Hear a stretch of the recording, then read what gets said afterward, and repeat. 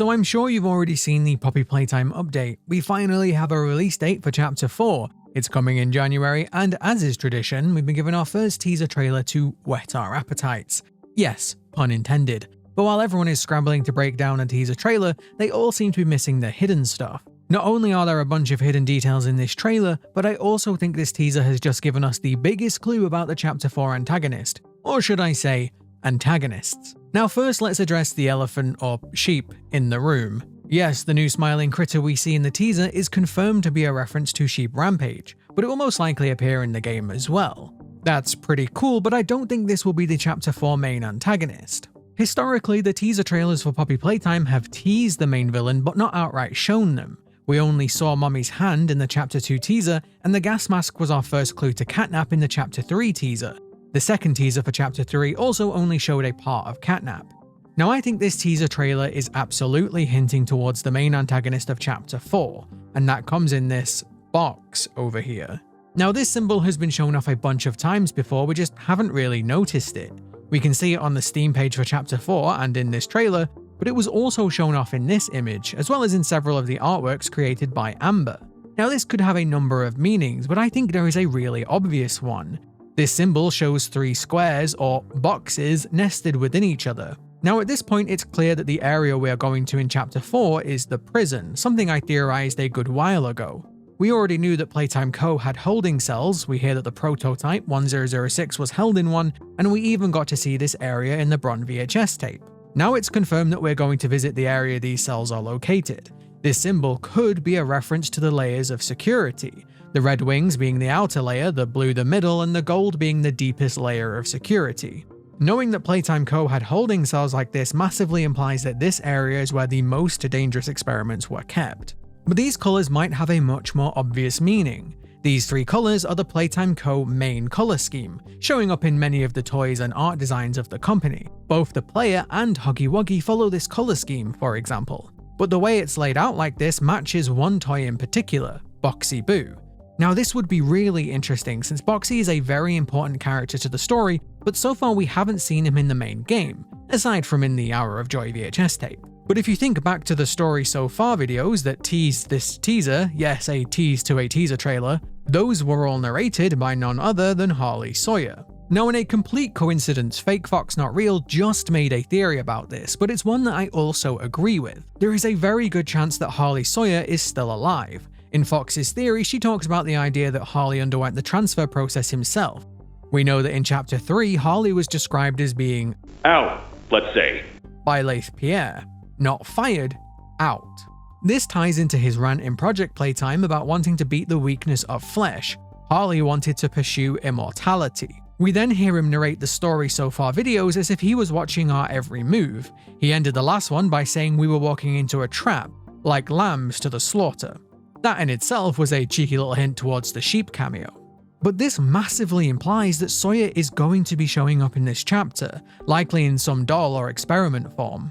If this chapter's main villain is going to be Harley Sawyer, then of course this would be the chapter that we would see Boxy Boo. Boxy was, after all, Harley's pride and joy. He was the first successful bigger body in the Bigger Bodies initiative, Harley's initiative, and Harley treated him with a lot of affection, in his own twisted sort of way.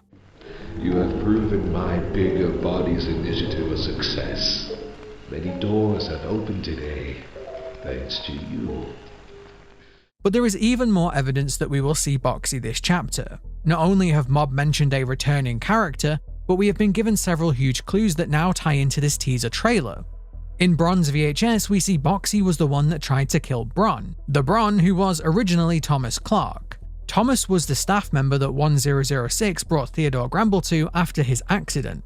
Think about what that means. 1006 and Harley have been shown to be adversaries. 1006 trusted Thomas, and then Thomas ended up being turned into Bron and attacked by Boxy, who we have strong evidence is loyal to Sawyer. We've seen that Sawyer has used Boxy to get rid of staff he doesn't like before, so I think this was a huge clue that Boxy was quite literally trying to silence Thomas. But the smoking gun for this theory comes from a huge clue in the Hour of Joy VHS.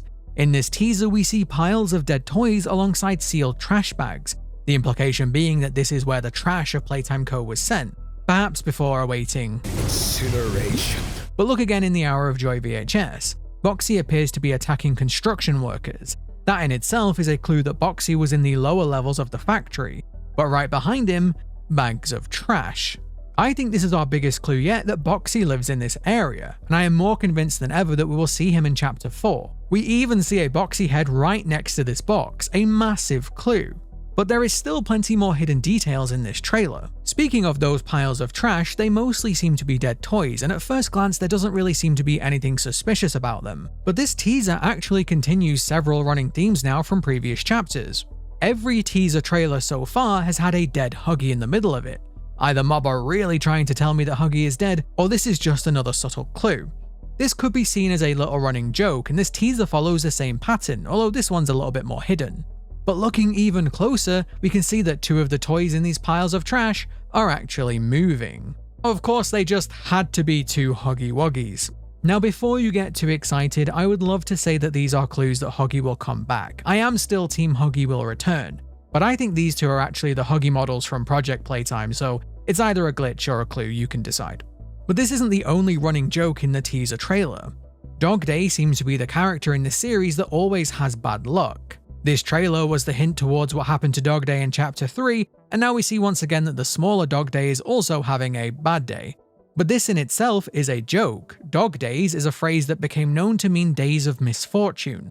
The dog days are over, meaning that every streak of bad luck eventually ends. I mean, you know what they say, every dog has his day. But knowing Playtime Co, this one probably won't.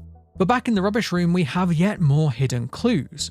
In the back of the room, if you look very carefully, you can see that Catnap's gas, the red smoke, is being pumped into this room. Now this could be a clue that these toys were thrown down here and then kept sedated by the gas so that they could be incinerated. But it's also terrifying to think that these toys were being eaten alive in their sleep. This room really does feel like a feeding pit, something else we saw in Project Playtime. But over in the background, we can see yet another hidden clue. Over by the box, we can see a bunch of these small dots that look like eyes.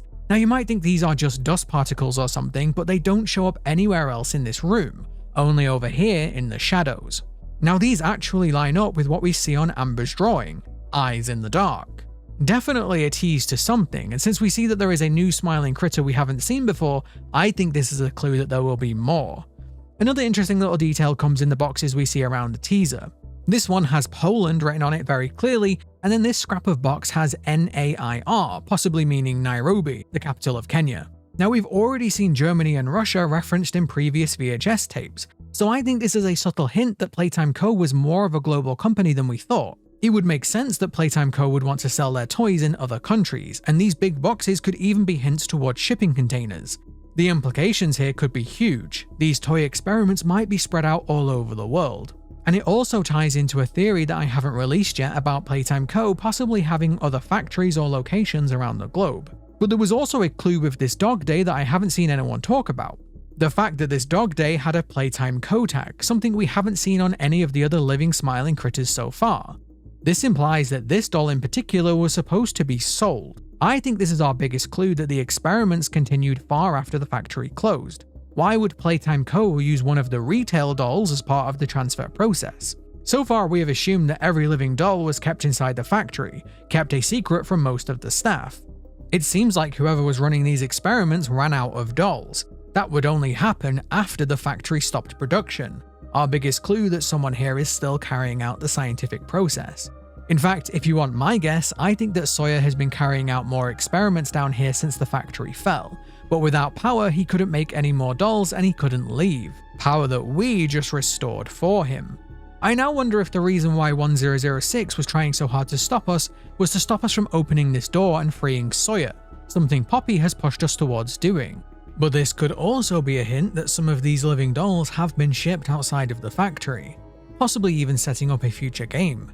Now one thing I can't quite figure out is this pair of eyes in the background. These are looking directly at the camera and they don't quite seem to look like any of the toys we've seen so far. Most Playtime Co eyes are dark, but these ones seem much more realistic. Honestly, they really remind me of Robbie the Rabbit from Silent Hill. Maybe it's just a coincidence, but take a look for yourself, it definitely looks like something is hiding in there to me. There is also one small detail that I found odd. We see Dog Day get very excited after finding these remains of Bobby before chowing down. But notice how he passed several toy corpses on the way. Some of them are even shown to be full of blood, so I think this is a hint that these dolls need to consume fresh kills. This would make sense, the living parts of these toys would likely decay or rot like any dead creature would. But that does bring into question just how immortal these toys are.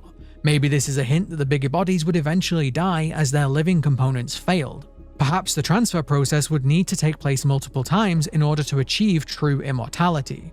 But knowing that 1006 doesn't require sustenance, perhaps this is another clue as to why Harley was interrogating him.